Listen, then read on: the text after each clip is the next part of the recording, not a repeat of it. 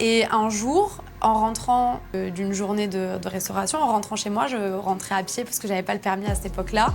Il y a quelqu'un qui m'arrête dans la rue, qui était en voiture et qui me démarche pour devenir commercial chez France Loisirs. Donc de là, je me dis, bon, bah, pourquoi Est-ce pas. que tout le monde est France Loisirs, je ne sais pas. La génération, Alors, je pense pas. Donc France Mais Loisirs, en qu'est-ce gros. qu'était France Loisirs? Parce que ça, c'était vraiment un boulot assez ingrat.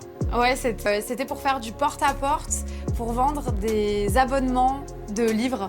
C'est genre comme une bibliothèque, sauf que tu recevais les livres directement chez toi. Moi, dans mon enfance, la croyance, c'était ces gens-là, il faut surtout pas les faire rentrer chez soi. Ouais, c'est un peu ça. Je pense que c'était très complexe. Donc en gros, j'avais pas de fixe.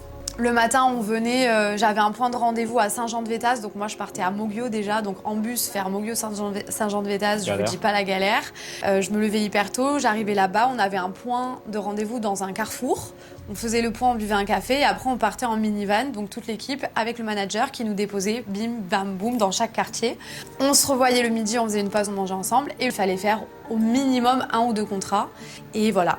Et bon, ça a été terrible, c'était très très compliqué parce que y a des jours où tu dois faire le porte-à-porte, il pleut, il fait froid, t'es dehors, tu te manges que des noms tout le temps, c'est très très compliqué. Mais c'est formateur. C'est hyper formateur, ouais, mais j'ai passé des moments à pleurer dans des cages d'escalier parce que j'étais vraiment à bout et t'es toujours en lutte contre toi-même parce que même quand tu réussis à faire des contrats, c'est jamais bon parce qu'après pour réussir à dégager un bon salaire, c'est quand même très compliqué.